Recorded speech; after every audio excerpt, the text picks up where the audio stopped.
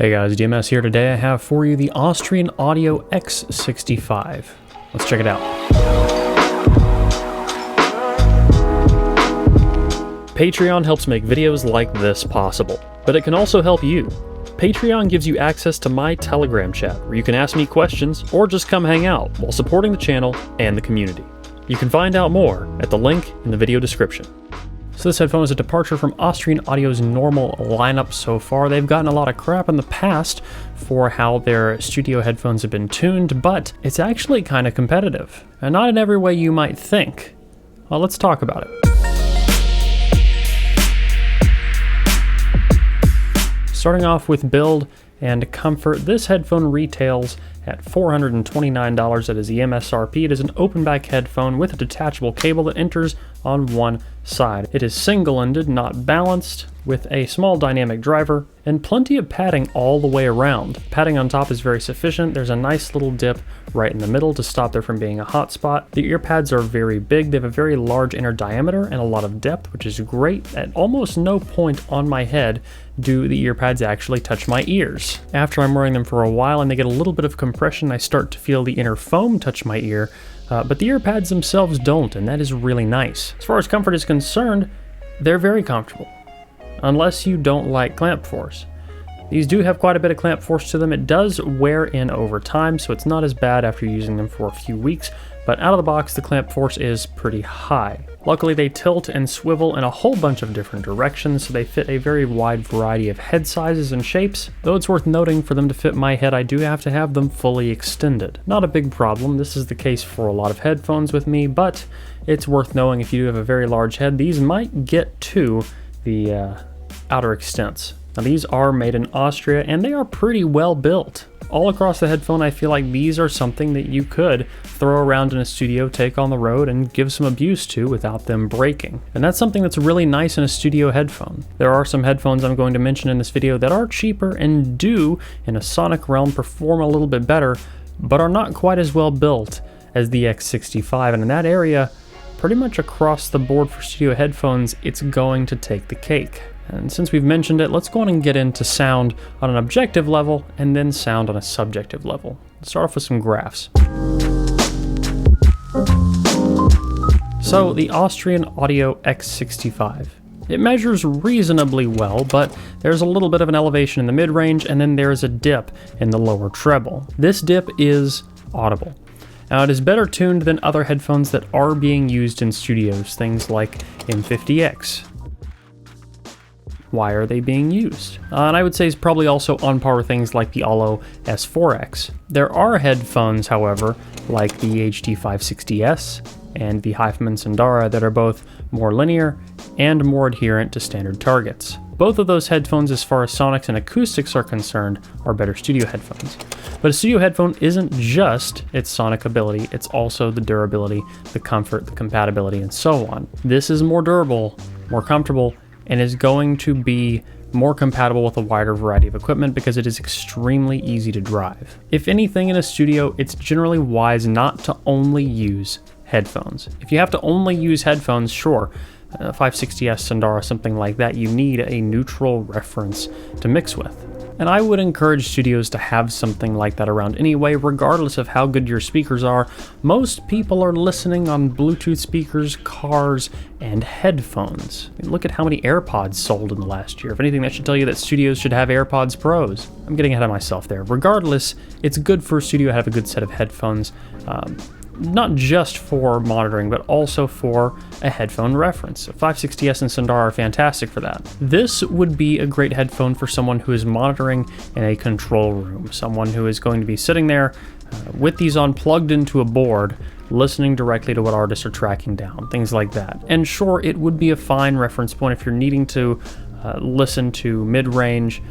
If you're worried about bright treble and whatnot, this is definitely going to help you in those areas. But that upper mid-range, lower treble dip is just deep enough and just well placed enough that I think this would disqualify them from being what I would call entirely reference. But I would still recommend them for use in a studio for their durability, their comfort, and their relative linearity. Don't mix on them. This is not something you should be mixing on. But It is definitely something that you could use for monitoring. It is definitely detailed enough. Well, we're getting into subjective there. We'll hold that for a second. Owning it in a studio would not be doing yourself a disservice. Let's talk about subjective takes.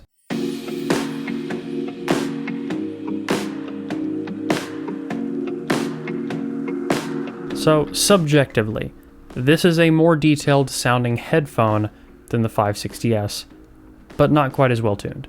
It does sound brighter than the 560S. This is another case of where a dip leads into a peak and that makes a headphone sound brighter than it should. It is already a slightly bright leaning headphone, but that dip doesn't help. So we saw something similar in the case of the 8XX recently, though the 8XX was a much more extreme example. But if you do want to avoid a sibilant mix, this is a pretty decent tool for that, because believe me, if something is sibilant in your mix, this is going to show it to you. I would definitely describe the sound signature of this headphone as very fast and analytical. It is not punchy on bass, it is not rounded in sub bass, but it does extend well enough to be functional. I would say that overall it is a bit thin sounding. That isn't necessarily a critique, but it is just part of the sound of this headphone.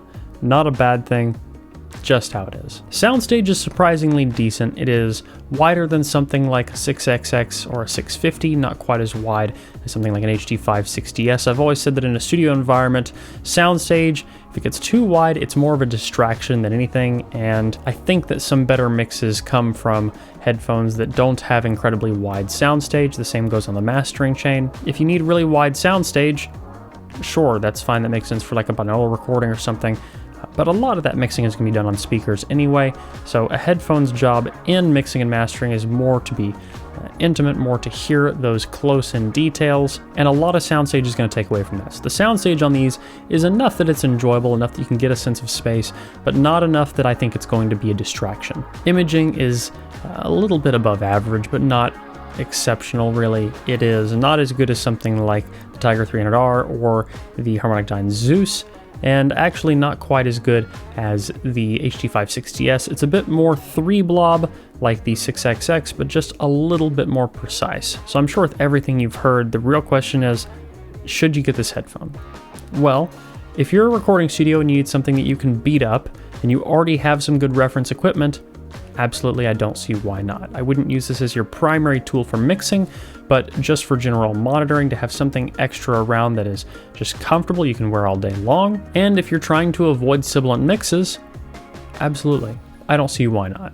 It's a fine headphone. If you're an audiophile looking for a studio reference experience, this is not quite it, but it is close. There are some things I listened to with this headphone that I found very pleasing. Oddly enough, those were normally old, warmer sounding hip-hop records that kind of balanced out the tonality of this a little bit more. It's not a bad addition to any collection.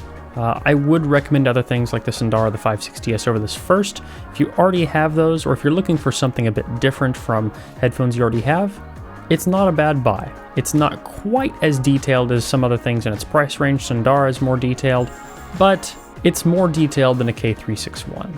It's certainly detailed enough that you can get by. And actually, I want to throw that out there too. If you're a recording studio and you don't own a K361, you should definitely own a K361. That's a fantastic headphone, which I will have linked in the video description. This is a headphone that makes me optimistic about Austrian Audio's future. I am very happy to see such a big improvement in their tuning overall, and I imagine that it will continue to do so. You could EQ this headphone just a little bit, and make it flat enough for mixing. So if you're really a big fan of the build and that's what you want to do, honestly, go for it. Given how well this is built and how much closer they've come to targets than before for a studio headphone, it's hard to dislike it. So if you match one of the use cases that I listed, absolutely go for it. The Austrian Audio Hi-X65 is a decent headphone.